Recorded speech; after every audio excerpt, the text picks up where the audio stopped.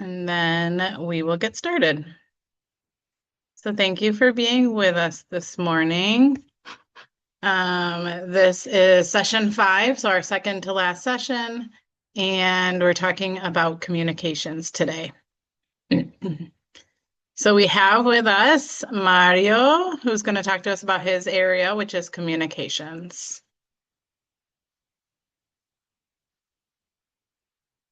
Mario, are you doing this part? Well, what's the description, of the communication? I mean, it involves a lot of stuff, but basically it is just to market March uniquenesses and effectiveness to the entire ECC in North America, and also, of course, the same thing as far as the partners around the world, and to promote teams utilizing Merge as their first option, or short term is no longer a term that we use, but formation tricks.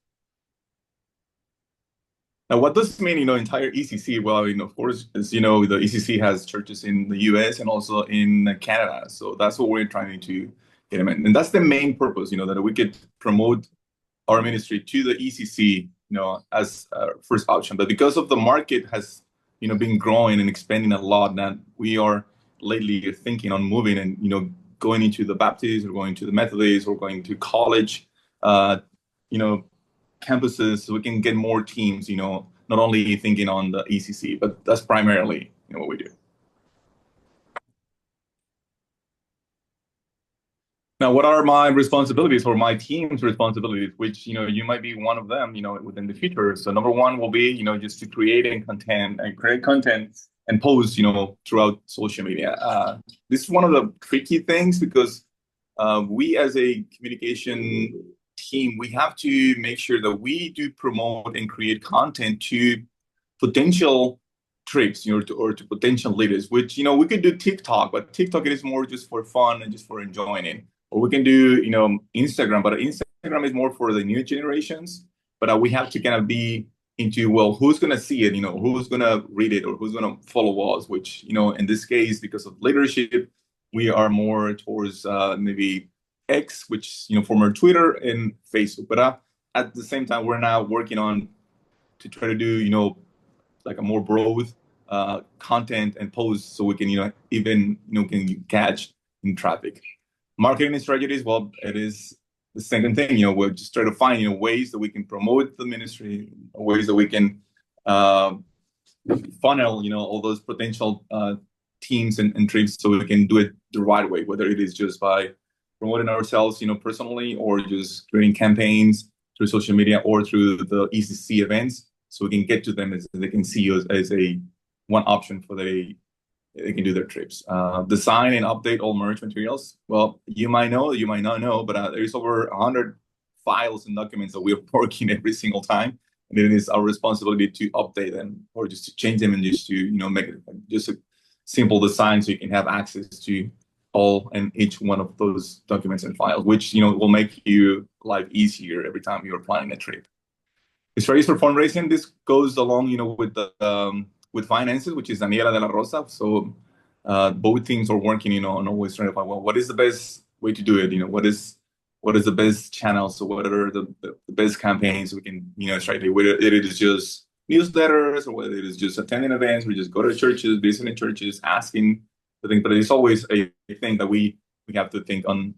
How do we, fundraise? It's always a struggle thing, every time the end of the year comes in and we're always short as far as, getting the budget for the following year. But that's the beauty of the ministry. Gather stories, testimonies, and highlights of the trips. That's a big thing that we will talk. I don't know if now or later on, but that's a huge thing, for us as a team, as a communication team. And, this is also you, because if you don't get us the stories, if you don't get us testimonies, if you don't get us photos, if you don't get videos, then we can't do anything. Otherwise, you're going to be see the same person or the same country, posted on the newsletters or on the Facebook or on the Instagram, because there's nothing that we can do. So we will encourage you and we will kind of force you or make it a mandatory that you will help us in this way so we can get stories, highlights, videos, written stories, everything from you. And remember, that's on the planning sheet. Right now, as the communication team, well, I'm in charge of it. This is my last year And I got an apprentice, which is Nikita Keskar, from India, but she's in Australia, so she might be the new leader next year. That's one of the rotations that we have as a leadership team, that we will do 3 years, and then we can find somebody else so they can, everyone could have a chance, to be part of it. So Esa Vega from Nicaragua, USA, she's also part of the team member, and you. So we want you. We want you to be part of the communication, and of course, the leadership team.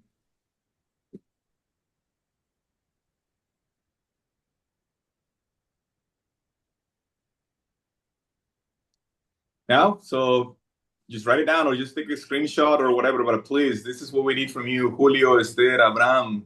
We need from you. We need your personal info, your backgrounds. How long have you been in a Christian? How long have you been with Merge?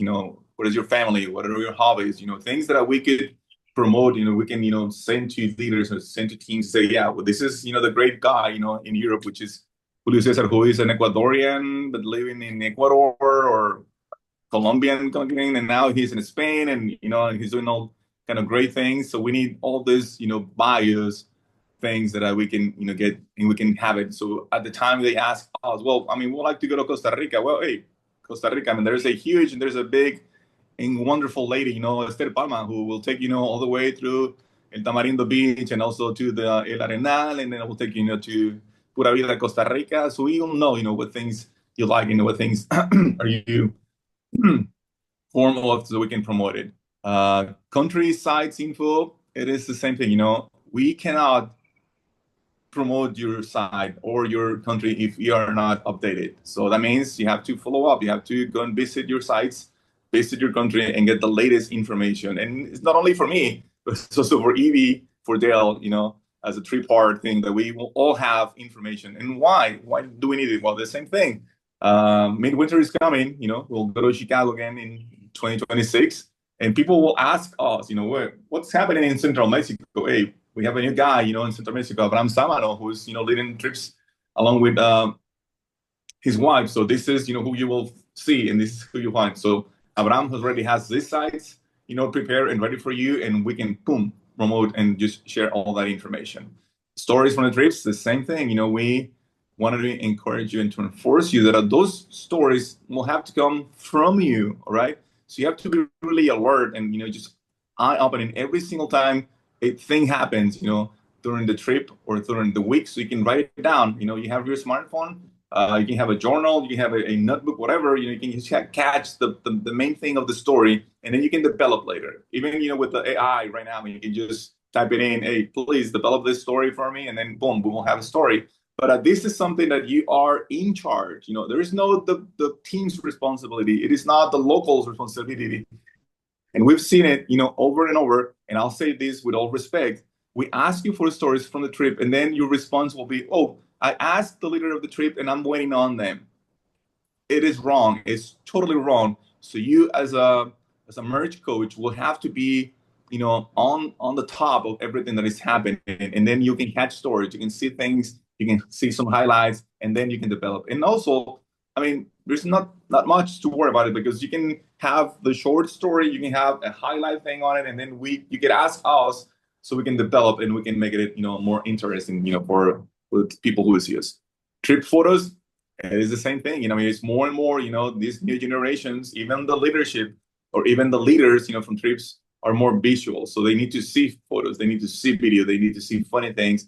And that's a big thing on it. And you can just, grab it, from the week. We don't need 100 pictures. That was one time one of the merge coaches, who went to South America and said, well, we need some pictures, from the trip. Oh, yeah. Let me send you the link. It was over 1,000 pictures. And I said, what? I mean, I'm not going to go through every single one of them, to pick up the best of it. But it is a thing that we will need from you. Ideas for content, well, the same thing. I'm over 50 years old, and so I'm not longer a young guy who have, this new mind kind of thing on it. And also, generations are changing, people are changing. So you may have better ideas than me or than my team, Nikita or SAO. So if you have ideas, to create content, or you think, the last trends, which I think Esther Palma, she's great at that. She knows, she's always, looking, and she's always searching for this thing. Nikita, I mean, she's also great, but we need from you. So if you have ideas, or better ideas than from us, please share it with us so we can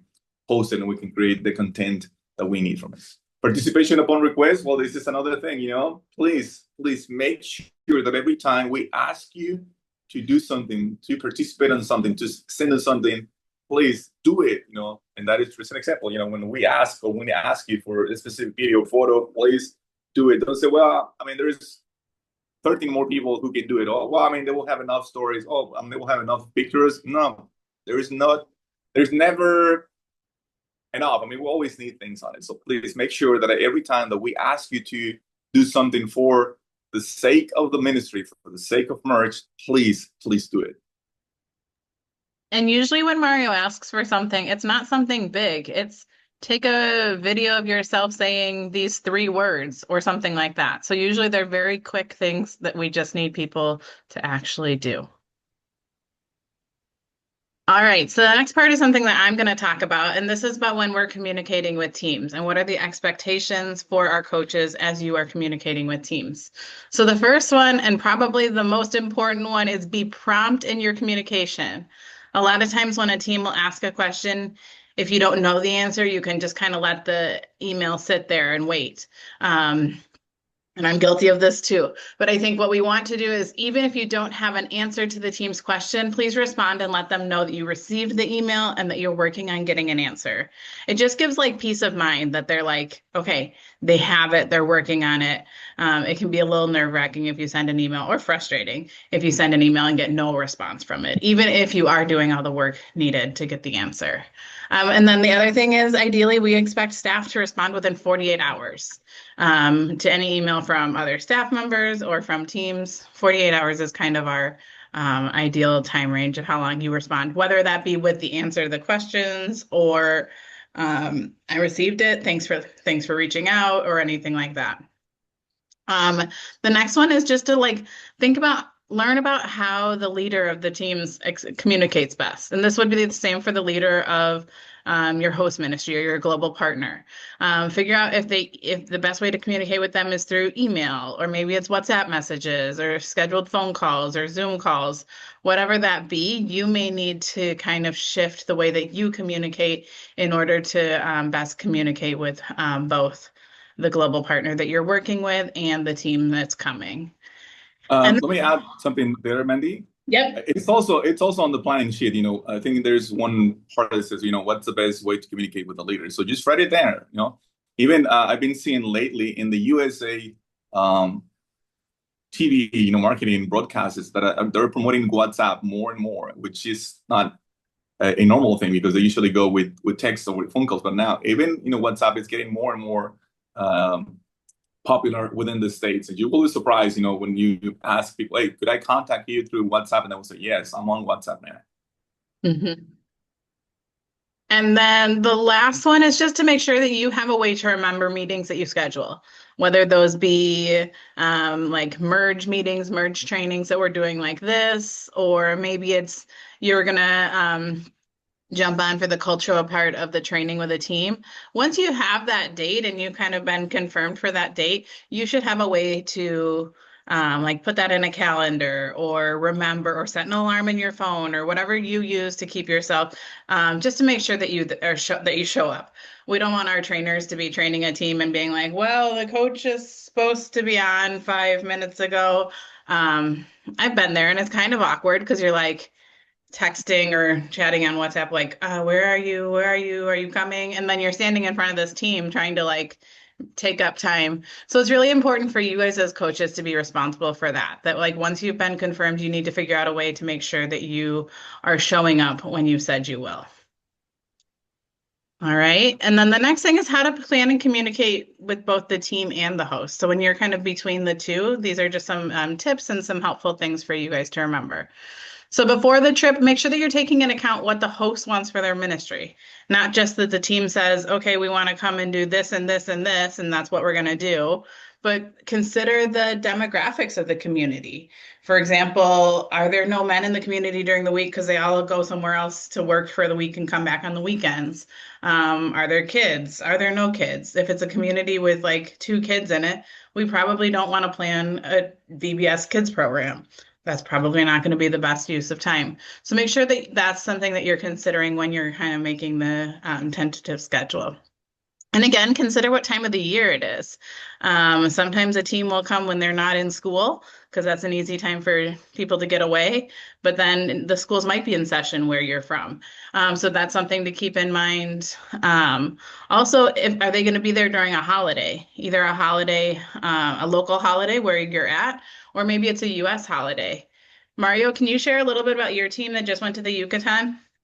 Yeah, absolutely. I mean, we had a team from New York City, who happens to be in the Yucatan Peninsula three times already through July 4th, which is, USA Independence Day. So we set up a day, where the team actually share with the local Mayans, people about the Independence Day. How do they celebrate it? What do they do? What do they eat? And which actually we did burgers and hot dogs, the way they did. I mean, they would dress, all as far as the USA flag, which is, hats, shorts, shirts, socks, everything on it. And that's a great thing that we could, share not only, what we try to do as a marriage. Well, you should come and learn as far as, the local culture. But in this case, the New Yorkers share, Independence Days with the local mind, which, they love. And they love to hear the team singing the national anthem. And that was just a beautiful thing. So those are the things that we have to be actually looking into, not only, with the host, but also with the coming team. Yep. And then the next thing, thank you, Mario. The next thing is just to anticipate any cultural differences or issues that may arise. That's something that you can just kind of mention just so that they're aware of or when you're doing the cultural part of the training, you can kind of talk about some of those things that could happen. May I add something to that? Yep, please. Yeah, and also you have to remember that we follow one general rule, for every single country. And one of the things that you have, one key that you also have to share with them is, I mean, not because I'm telling you this is, the rule, that necessarily mean that they will happen, because things will change, because the nature of the trip, because we might say, well, I mean, culturally you have to be, modest on your dressing, but then you get to the community or you get to the country and then you see people that are not, dressing modestly and say, well, I mean, it's just a general rule, it's just a general thing that we do. Whether things change, well, it is just because it is what it is, like Dale says. Yeah, and another thing I always say especially with the dressing and things like that, is we want to make sure that we're respectful of everybody in the community. So we want to dress to make the most conservative people in the community comfortable. So that's kind of something I share, because sometimes, yeah, they do. Then they get there and they're like, I wasn't supposed to wear a tank top, but all these other people are wearing tank tops. And we kind of say okay, but is everybody? And then they kind of go, oh, no, okay. And then it kind of makes sense to them in that way too. Okay, so the next thing is communication and kind of being that bridge between the team and the host during the trip. We want to make sure that both the team leader and the host ministry leader know to come to you as the coach with any proposed changes or issues with especially scheduling things. We want to make sure that you're continuing to talk to both about this so that when changes arise, especially if there's someone that speaks the language, the local language on the team, sometimes they can start to kind of just talk to that person to start making changes. So just make sure that you're clear about hey, if there's any changes, let me know, and then I can help with that. Because even if someone knows the language, they don't always know the cultural things that you know as the host and as somebody that's from that place. And then the next thing is just make sure you and your staff are available for translation, if applicable. So if it's a language that the team doesn't speak, just make sure that you guys are looking for opportunities, not just in the big settings, but looking for opportunities to help facilitate the relationship building in smaller settings too. And then after the trip, make sure to make the reconnect a priority. That's something that's, again, on the planning sheet, but I think a lot of people are maybe not sure what to do, or it can be hard to find times to schedule it. But please, please, please make sure you're reaching out and following up again to make that happen. May I add something to that? Yep. We do totally understand, if the community that you're working with has no good internet connection. And because of that nature, well, it is not possible to do a connect, Zoom meeting kind of thing with it. We totally understand, but we also need you to let us know, well, this is not happening because of this. So we would like to know the reasons. Maybe maybe just the leader, maybe just 4 or 5 people could go out, from their community and go to the next big city, and for a meeting, for something on it. But let's keep on trying, let's do it, And it happens to me, it happens to me in one of the communities that are here in the Yucatan Peninsula, where power comes in and out, phone signal comes in and out, randomly, and there's no way that I could do a connect trip on it. Thank God, the relationship with the churches. I mean, it's so um, it's been for a long time that we don't need to do any connecting. But for those who are started in, make sure to try to happen as much as you can. But if not, then please let us know the reasons. Yeah, and if it's not, and you have reasons why it's not happening, let us know because we can continue to like brainstorm a different way. Like if they can't get on a Zoom call because of the internet, maybe you can go there and kind of get like an update on, hey, here's what's happening. Here's ways that the team can pray for us. And then you can go back and have a call where you kind of share that with the team. There are ways to continue to connect. And I think we talked about this in one of our other trainings, but our idea is if you're doing the connect before your trip, and then the trip, and then a reconnect after the trip. If it's a team that's continually coming, that means they have 3 touch points throughout the year. So even if they've been going to the same place for 10 years, like we want these things to continue happening because this gives them 3 touch points throughout the year. So this means like they're going to feel that relationship and that continued relationship because they're continually in contact. And again, that kind of goes to this last one, help after the trip, making sure that you're helping to facilitate communication. We discourage anyone on the team to have like one-to-one conversation. We encourage them to utilize the Merge coach to help with that as well. So just make sure that you are available and doing that as well. All right, Mario's going to talk to us a little bit more about sending stories. Oh, well, I'm sorry, but let's do it again. We need to. We need to. We as a coaches, we are again, we are responsible, for watching for stories, for looking for stories, for sharing stories throughout the trip. We always, I know there's tons of things, we're always adding things, to the Merge coaches. You have to make sure you are in charge of all the logistics, make sure the team is fine, make sure the host ministry is doing the things that they're supposed to do.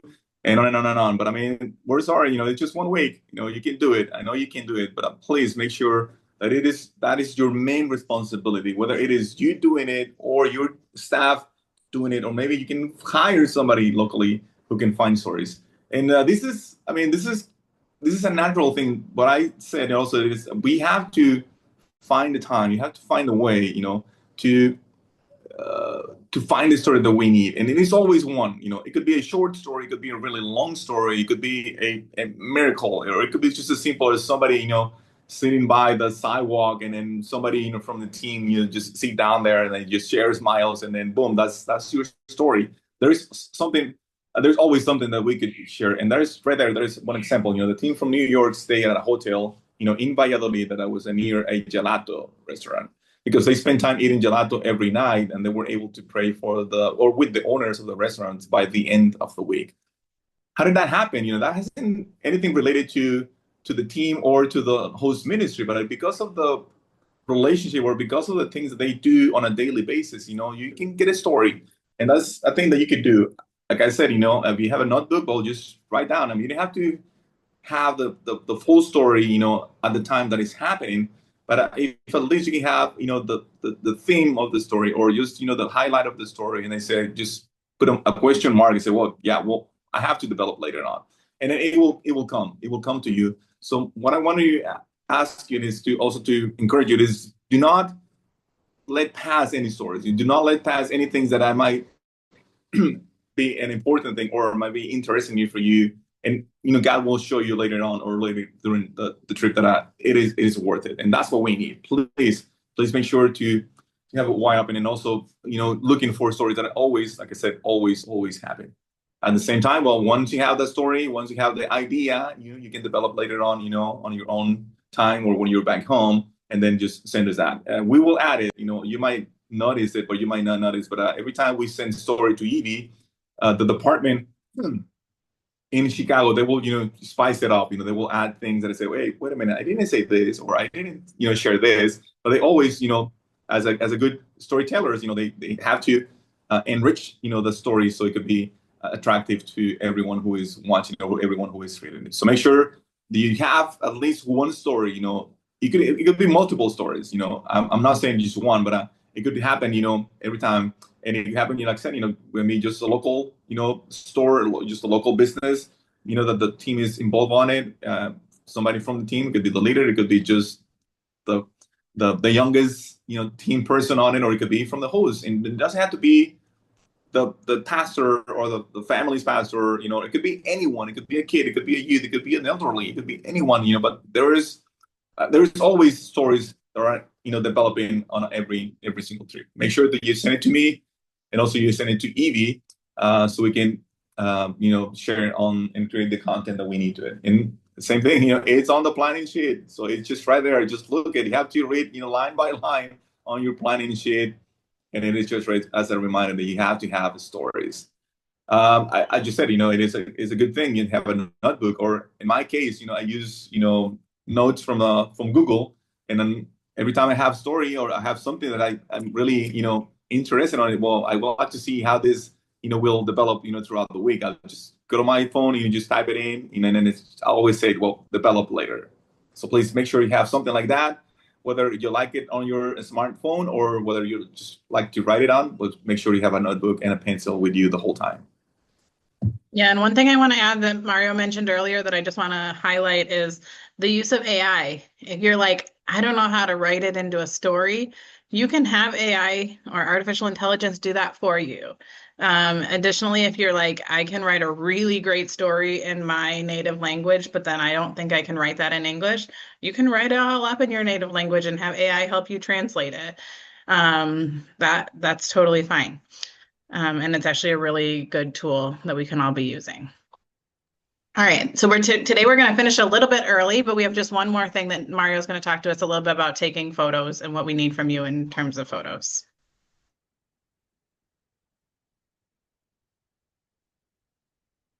It is the same thing, we need photos. I mean, everything, like I said, lately the world is everything about visual, everything is photos, and more is about videos. So we can do also videos, short videos, 5 seconds, 10 seconds, 15-second video. And that's an important thing. But like I just said before, we don't need 1,000 photos from you. We don't need a couple hundred photos from you. We need at least 10 to 15, good photos for you. And it could be anything, it could be everything, all right? So you don't have to be a professional, photographer to do things, but whatever, catch your attention, whatever you think is, it's an emotional thing, whatever you think it's an important thing, well, just make sure to have it with you. And you can do it, you can ask your staff to do it. You can ask, in this case, the team or the local ministry to do it, or choose to ask them at the end of the week. There's always, even with the WhatsApp, there's always a new chat, with WhatsApp, where people share stories, where people share photos, and you can grab, those things, from there. There's also a Google photo link that usually teams are saying, well, yeah, we're uploading, pictures, to this link. So just feel free to add it up, and you just go there and then just, catch and grab whatever you think it's an important thing that we can share, on our social media. Same thing, if there is a kid or there is a children thing, you have to ask for permission that we could share, those pictures on social media, or if at least, just share the figure, and we will just cover, or blur their faces, but that we can share. Because sometimes there is a thing, there's a neat thing, that's happening between an adult, or a thing that happened between, children's ministry that you would like to share, to others, but we have to make sure we have the right permissions, for to post or just to exhibit minors on the social media. Yep, just ask me or Evie, so we can have those pictures, and we can share it with you. And that's a big thing. I don't know what else I could do, unless you have any question as far as that. But the last thing that we would like to do is, please make sure that you are sending those pictures to us on the highest resolution possible. Every time you use WhatsApp will compromise or just resize the picture, and then that means less and less good quality, because you just keep adding on it, because it uses a lot of data. So WhatsApp won't do. Sometimes now they let you use it like HD, which is high definition. But even there, I mean, make sure that you upload those pictures and videos to a Google Drive or to Dropbox or to whatever application you use, so we can have them as on the highest resolution, so we can also be able to redo it or just reuse it on different platforms that we need to. So we make sure we have the highest resolution in every picture that we use for it. If you don't have something like that, or if your phone is just getting older, I mean, you have a professional expense you can use. You can use to upgrade your smartphone, or you can buy a good camera, which I don't know if there's any good cameras lately, which everything is on the phones right now. But even I mean, it doesn't have to be an iPhone or Samsung, but I mean, even those new emerging phones with different brands like Huawei or Op from India. I mean, they have a really great cameras, and that's the thing that you might get surprised. But lately, I've seen the phones or smartphones are really up to two main things. So one is the battery life, and two, it's the camera. I mean, everything else, software is just everything is just about the same, or styles or shapes or whatever. But every single phone or every single smartphone that is on the market, they're really fighting, for two things. How long does the battery last for you, and how good the megapixels on your cameras are. So you'll be surprised just to find a great camera on a modest price range phone for you. Please do not forget to send the pictures or the videos to me and to Evie as well. All right, so that's all we have to share today. Like I said, it's going to be a little bit of a shorter session today. Does anybody have any questions before we finish?